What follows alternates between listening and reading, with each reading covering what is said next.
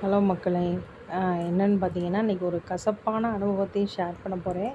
So, அதோட அதே மாரி நக்ஷத்ரா ட்ரெண்ட்லேருந்து தான் வந்து இந்த காம்போ செட் வந்து ஆர்டர் போட்டிருந்தேன். 2 நெக்லஸ்ஸு, 2 ஆரம், 2 ஸ்டட்டு. ஸோ, ஐம்பொன்ல உள்ளது தான். ப்ராடக்ட்லாம் ஹை குவாலிட்டியாக நல்லா இருந்துச்சு. சூப்பராக இருந்துச்சு. ஸோ, என்ன கசப்பான அனுபவம் அப்படின்னு பார்த்தீங்கன்னா, கிட்டத்தட்ட ஒரு 8 வருஷம், 9 வருஷத்துக்கு முன்னாடியே ஒரு மேரேஜு பொன்னமராவதியில நடந்துச்சு. ஸோ, ரொம்ப வேண்டப்பட்டவங்க என்னோடய நெக்லஸ் ஆரத்தை வந்து கேட்டாங்க. சரின்னு குடுத்தேன்.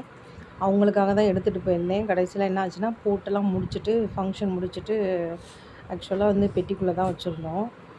ஸோ, ப்ரஷ் பண்ண போயிட்டு வர்ற அந்த 2 நிமிஷம் கேப்புக்குள்ளே வந்து யாரோ எடுத்துட்டாங்க.